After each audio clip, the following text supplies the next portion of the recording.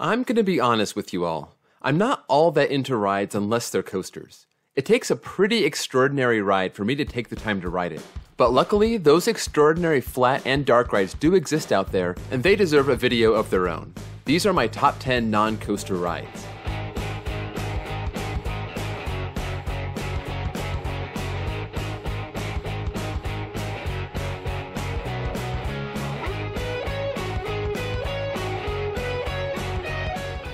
Number 10. Soarin' Around the World at Disney's California Adventure.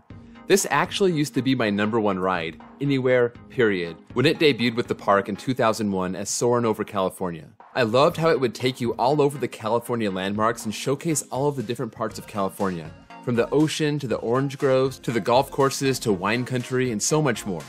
They converted it in 2016 to Soarin' Around the World, and it doesn't have the same charm as it used to.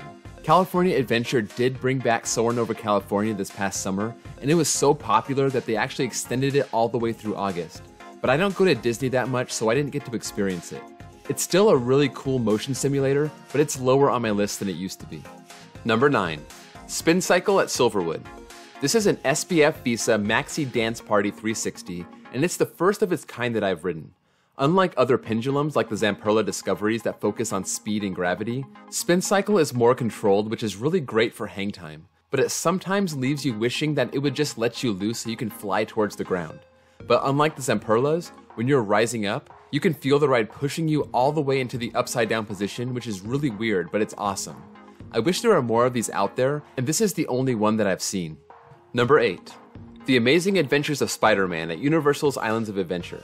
When I first started getting into coasters and theme parks back in 2000, this was considered the best of the best attractions out there. I finally got out to Islands of Adventure in 2012 to ride it, and it did not disappoint. I hadn't been on a 3D motion simulator quite like this before, and even though better rides have come along over the next 20 years, it still holds up as a spectacular ride experience. Number 7. Panic Plunge at Silverwood. This Larson drop tower is not unusual. They have one at Cliffs Amusement Park in Albuquerque, as well as Knoebels and even at Cultus Lake Amusement Park. These don't look like much. They actually look a little janky. But from the experience that I had on Panic Plunge, it was insane. It takes you to the top and it never stops you. You go from rising up to plunging down in a split second, and I was suspended in midair the entire way down. Parks will spend a lot of money on an SNS or Intamin drop tower, but these budget drop towers have a ride experience that stands up with any of those fancy ones. Number 6. Toy Story Midway Mania at Disney's California Adventure. There are a ton of shooting dark rides out there, but it's always hard to tell where you're shooting and if you're actually hitting your target.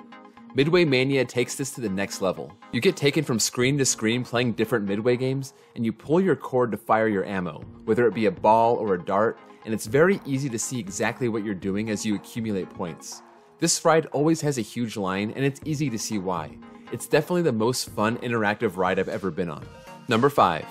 Superman Tower of Power at Six Flags Over Texas. This SNS combo tower is the best of all worlds. Some SNS towers just launch you up, some just drop you down. This does both. But there are other towers that do the same thing, including Scream down the road at Fiesta, Texas. Superman stands out because it's also 325 feet tall.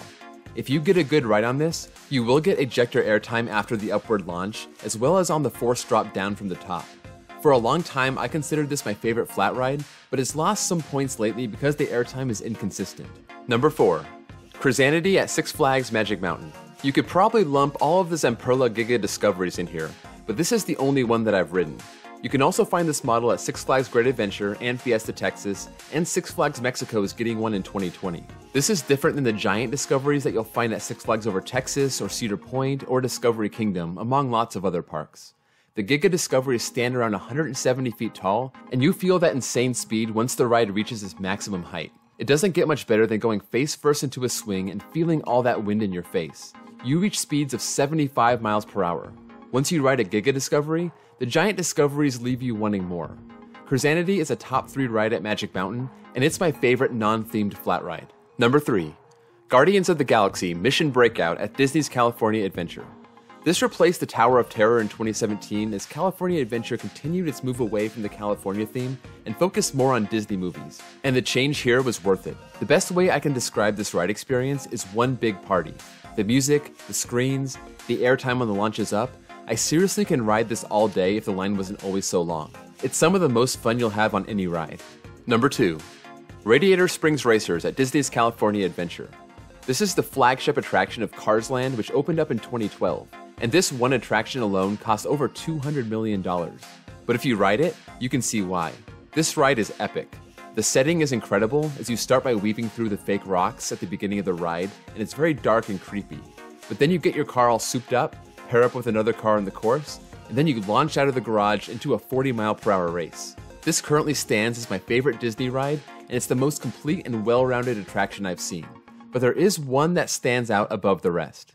But before we get to number 1, let's talk about a few rides that didn't quite make this list. The Simpsons ride is a great simulator at the Universal Parks, and I thought it was a worthy successor to the amazing Back to the Future ride that preceded it. Falcon's Fury is a terrific, unique drop tower at Busch Gardens, Tampa. And the Sky Coaster at Fun Spot Kissimmee stands over 300 feet and is an absolute rush to drop from that height. And now for the best of the best. Number 1. Harry Potter and the Forbidden Journey at Universal's Islands of Adventure. I went on this back in 2012 after waiting in a massive line, so I only rode it once, but it blew me away and I immediately knew it was my favorite ride of all time. I've never seen a ride seamlessly switch between screens and real structure, and since it has sideways seating, you always have the best view no matter where you are. It's something you really have to experience to believe. They opened this ride at my home Universal Studios in Hollywood back in 2016, but I haven't gotten around to getting there since 2014. But when I do, I'll be psyched to experience this amazing ride again. So there's my somewhat quick video on my favorite non-coaster rides. As you can see, almost half of these rides were at Disney's California Adventure, which shows just how good of a park that is despite what some people say. I also have never been to Animal Kingdom to experience Flight of Passage, but I'm sure that would crack the top 2 on this list. And if I get to Glenwood Caverns for Haunted Mine Drop, that would also probably make its way into my top 10. Huge shout out to the Coaster Views who allowed me to use some of his POVs for this video. He has some amazing POVs you won't find anywhere else, so please go check out his channel. But that's it for now. Let me know what you think of my list in the comments below and tell me your favorite non-coaster rides, and I'll see you guys all next time.